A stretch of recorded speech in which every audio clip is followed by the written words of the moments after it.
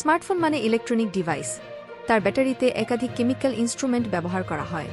সেগুলির মেয়াদ একটা সময়ের পর শেষ হয়ে যায়, ফলে তখন আর সেই ফোন ব্যবহার করা যায় না। ফোনের সমস্যা দেখা দেয়। স্মার্টফোন না থাকলে এখন অনেক মানুষই চোখে অন্ধকার দেখবেন। হাতের ফোনটা না থাকলে অনেকের কাছে জগৎ অন্ধকার। স্মার্টফোন আজকাল প্রায় সবার জীবনে অবিচ্ছেদ্য অঙ্গ, কারণ সারাটা দিনের অনেক কাজই এখন নির্ভর করে ফোনের উপর। তবে অনেকেই ৩-৪ বছর বা তারও বেশি সময় ধরে একই স্মার্টফোন মডেল ইউজ করছেন, আর শেষ ফোন চলছেও দিব্যি। স্মার্টফোন মানে ইলেকট্রনিক ডিভাইস। তার ব্যাটারিতে একাধিক কেমিক্যাল ইনস্ট্রুমেন্ট ব্যবহার করা হয়। সেগুলির মেয়াদ একটা সময়ের পর শেষ হয়ে যায়। তবে স্মার্টফোনের ক্ষেত্রে নির্দিষ্ট কোনো মেয়াদ নেই। এতে প্রয়োজন মতো ব্যাটারি বা অন্যান্য পার্টস পরিবর্তন করে ব্যবহার করা যেতে পারে। অর্থাৎ স্মার্টফোনের এক্সপায়ারি ডেট বলে কিছু নেই। অনেকেই ব্র্যান্ডেড স্মার্টফোন ব্যবহার করেন।